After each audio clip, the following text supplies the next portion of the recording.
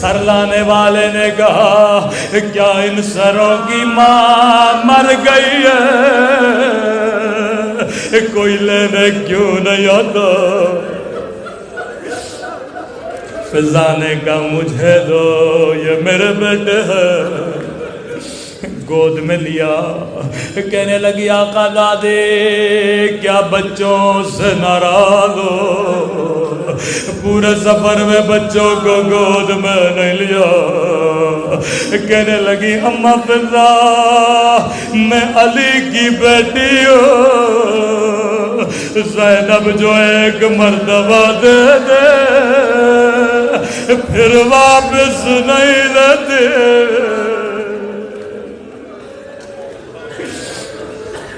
فضا کہتی ہیں پورے سفر میں زینب کبھی بچوں پہ نہیں روئی۔ قافلہ کربلا پہنچا، ایک ایک قبر پہ گئیں، ماتم کیا، گریہ کیا، لیکن وہاں بھی بچوں پہ نہیں روئی۔ قافلہ واپس مدینے پہنچا، مدینے والے استقبال کے لیے آ گئے، روکے کہنے لگی ہے مدینوں کی عورتوں میں زینب اجڑ گئے، میرا حسین مار گیا، میرا اکبر مار گیا، او میرا قمر بنی ہاشم عباس مار گیا۔ فضا کہتی ہے یہاں پر بھی بچوں کا نام نہ لیا۔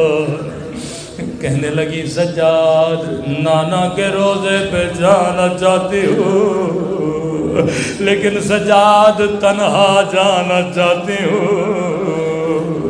فضا کہتی ہیں جیسے نانا کے روزے میں گئے، بڑی حسرت سے نانا کی قبر کو دیکھنے لگے، کہنے لگی نانا نانا بڑی دور سے آئی ہوں، پوچھو گے نہیں زینب کیا لائی ہو؟ یہ کہہ کر قبر کی طرف بڑھے، کلائیوں سے کپڑا ہٹایا، نانا کی قبر پہ رکھا، او نانا تیری امت نے دادیانے مارے، او نانا میری چادر چھینے، نانا میرا حسین مار گیا۔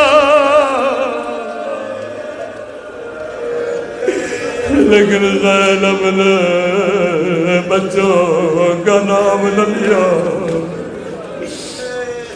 فضا کہتی ہیں نانا کے روزے سے باہر آئی، سیدھا جنت البقیع اماں کی قبر پہ آ گئے۔ اب یہاں پہ زینب نے کوئی لمبے مصائب نہیں پڑھے، ایک مرتبہ خون بھرا کرتا نکالا، ماں کی قبر پہ رکھا، زلزلہ آیا ہوگا، زینب کرتا ہٹا، رو کے کہنے لگی اماں تجھ سے کرتا برداشت نہیں ہوا، لیکن میں نے 70 قدموں سے حسین کے گلے پہ خنجر چلتا ہوا دیکھا۔ اماں زینب سے پوچھو کیا گزرے؟ کسی نے کہا بی بی عبداللہ بلا رہے ہیں۔ اب آپ بھی صاحب اولاد ہو، میری مائیں بہنیں مجلس میں موجود ہیں، ذرا سوچ کے بتاؤ زینب کیا سوچ کے گھر جانے لگے؟ عبداللہ پوچھیں گے زینب میرے اولا محمد کا کیا ہوا؟ روایت کے جملے جیسے گھر کا دروازہ کھولا، عبداللہ کی نگاہ پڑی، کہنے لگے بوڑھی خاتون رک جا، میری زوجہ گھر پہ موجود نہیں ہے۔ رو کے کہنے لگی عبداللہ تو نے بھی نہیں پہچانا، اور میرا حسین مارا گیا، میرا علی اکبر مارا گیا، عبداللہ میں اجڑ گئے. یہاں پر بھی زینب نے بچوں کا نام نہ لیا. لیکن ذرا سوچ کے بتاؤ, زینب کے سینے میں بھی ایک ماں کا دل تھا. جیسے گھر کے صحن کو دیکھا, زینب کو یاد آیا کبھی تو بچے صحن میں کھیلا کرتے تھے. ایک مرتبہ بچوں کا کمرہ کھولا, کیا دیکھا, دو ننھے سے مسلوں کو سینے سے لگایا. اے میرے بچوں, اب زینب کا دل نہیں لگتا. اے خدا زینب کو بھی اٹھا لے. جب میرا حسین نہ رہا, میں زینب بھی جی کے کیا کروں گی. اے خدا, تجھے زینب کے یتیمی کا واسطہ, تجھے دو ننھے بچوں کا واسطہ, ہمارے مولا اور آقا امام کا ظہور فرما. اے خدا, ہم سب کے صغیرہ کبیرہ گناہ معاف فرما. ہمارے والدین کے صغیرہ کبیرہ گناہ معاف فرما. تو مانگا نہیں مانگا خزانے قدرت سے عطا فرما. محترم حسین. یا حسین